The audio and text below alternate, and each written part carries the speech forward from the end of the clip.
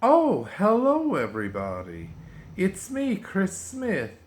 I'm here with Blackie Humphrey Gladstone III. Um, Look, I put a little scarf around him to try and cheer him up. Isn't that cute? It's sort of like I was going for like a turban effect, but I don't think that I did it very well. Um, I'm sorry that Blackie and I haven't appeared very much to you lately. We only made 2 new videos in June, but I returned to work. I told you, I think, in the last video with Michelle that I was on furlough for 3 glorious months that felt like 3 horrible years. And now I've returned to work. I won't say where so that you can't come and shoot me or anything. Or on second thought, I kid. Blackie Humphrey.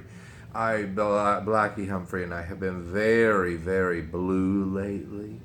Early on, we had done a video talking about the positives of quarantine and how you can try to look for the good things.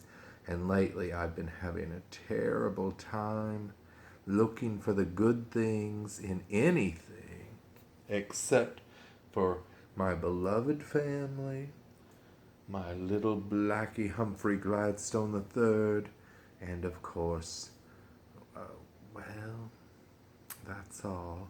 I watched the Daytime Emmys tonight. It's just sad, y'all. All these people and filming things from their homes, and it wasn't live, and everything is so fake. Everybody's in masks. You can't see their faces. It's the Daytime Emmys, but it's all just pre-taped and edited together to try and make us think that life is normal. But it's not. Nothing is normal. The AMC movies are opening soon. The theaters, Blackie, they're opening. Oh dear, he left me. Everyone always leaves Chris Smith. Yeah,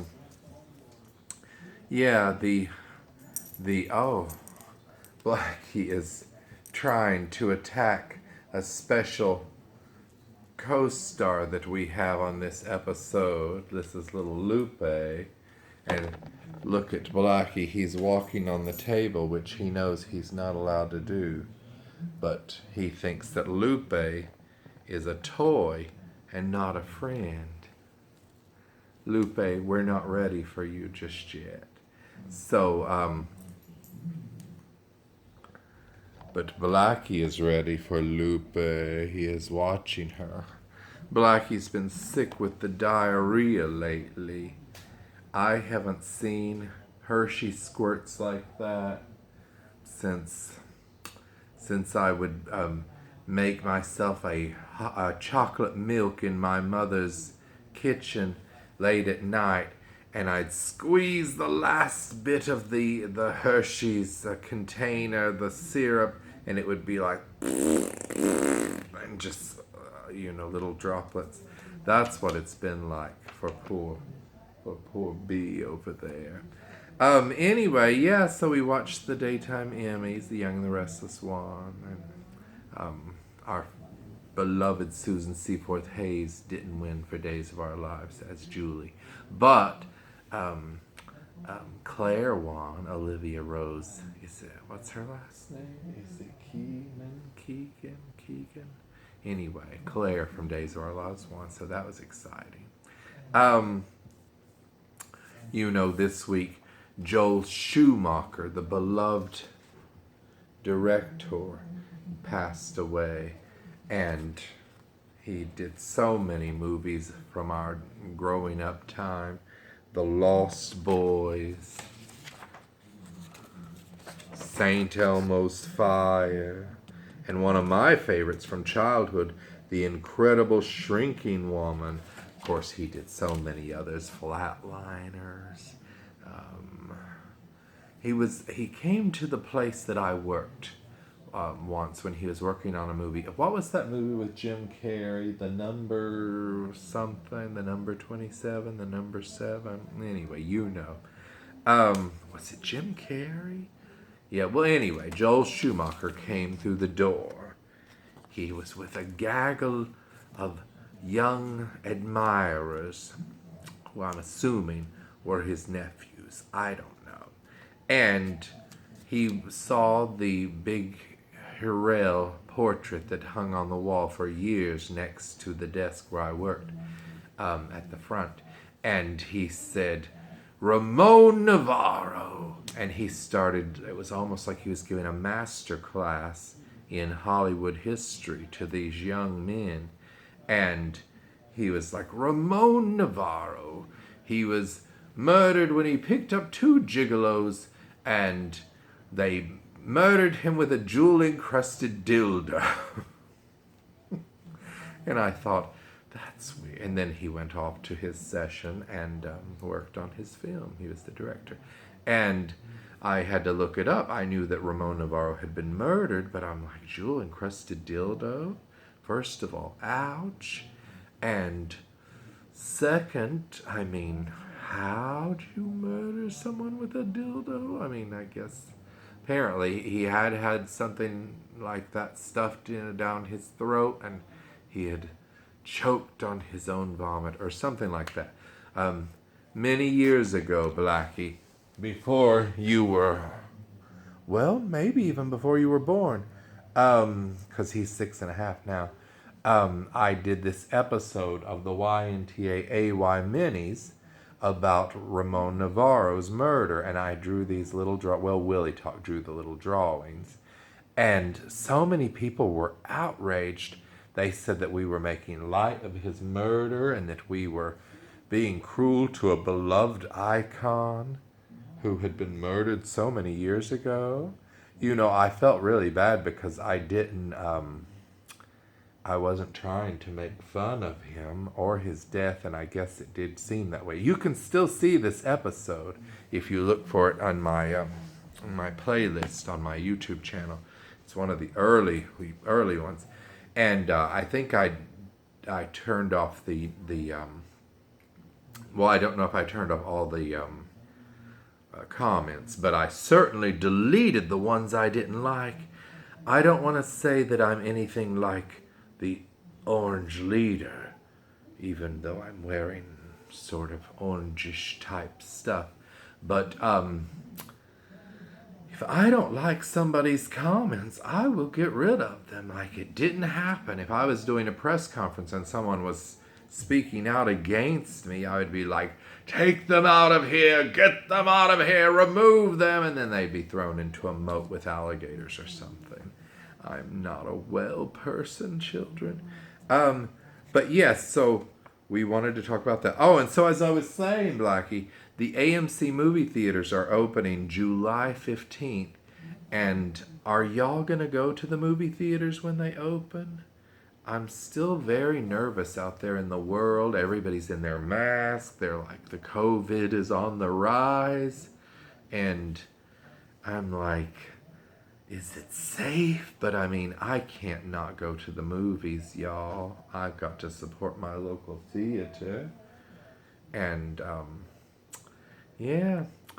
Anyway, so we'll let you know what happens then. It's going to be at 30% capacity, so all the seats are going to be spread out that you could sit in.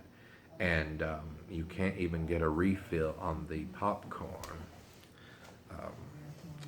But, so one of the things I wanted to do in this episode was throughout the month of June, we were going to do a whole big thing for the Tony Awards, and we were going to talk about theater. I think I'll try that in July if I'm feeling better, because I want to be better mentally, if possible. I don't know. But one thing I've thought about a lot during June, and it's had me so blue, are all the graduations that have been foiled because of this stupid pandemic.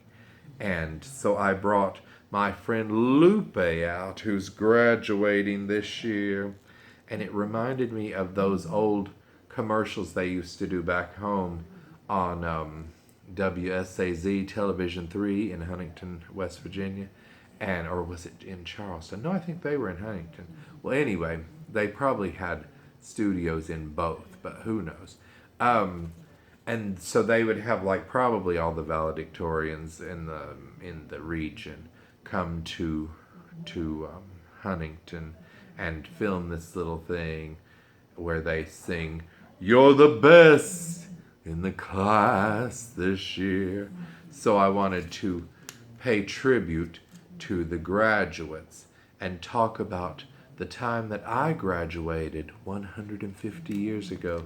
My friends, I don't really remember the ceremony. I believe they played "That's What Friends Are For." Maybe somebody sang it. I don't think Dionne Warwick came. But, yeah, so we went to Pizza Inn, a local restaurant. I think it was a chain, right? Alexa, was Pizza Inn a chain?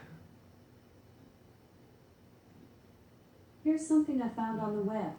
According to wikipedia.org, Sir Pizza is a United States chain of pizza restaurants. Alexa, stop. She doesn't know.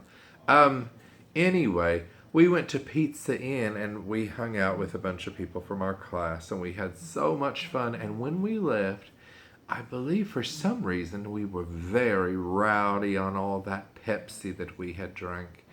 And there was one of those signs with the letters out front, the light up signs, and they just have the letters that say, special pizza this week, or, Well, we rearranged the letters. I still feel so guilty over 25 years later. And we rearranged the letter to say, "Rats are back in the salad." So I do apologize to Pizza Inn if that cost you any sales of salads that week.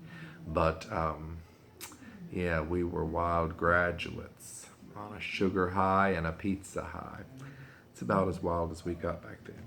But anyway, so I wanted to sing to all of you that song that they would play when all the graduates would run in a parking lot and the camera was overhead, probably on a crane in those days because we didn't have drones.